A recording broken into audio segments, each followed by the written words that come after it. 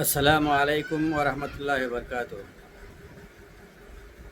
قرآن کی وہ کون سی سورہ ہے جسے سونے سے قبل پڑھنے کی اللہ کے رسول صلی اللہ علیہ وسلم نے نصیحت فرمائی ہے، اور اسی سورہ کے بارے میں اللہ کے رسول صلی اللہ علیہ وسلم نے وصیت کی ہے، خبر دی ہے کہ جو شخص اس کو پڑھے گا اور اس پر عمل کرے گا تو اللہ تعالیٰ اس کو جہنم کے آگ سے چھٹکارا دے دے گا۔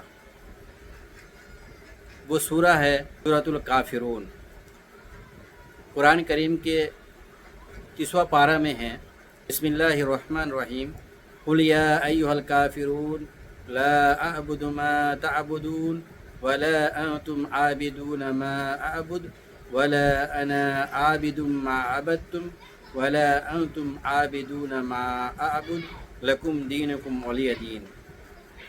اسی سورہ کے بارے میں اللہ کے رسول صلی اللہ علیہ وسلم نے نصیحت فرمائی ہے، جو شخص اس سورہ کو سونے سے پہلے پڑھے گا تو وہ شخص کفر و شرک سے اس کو چھٹکارا مل جائے گا۔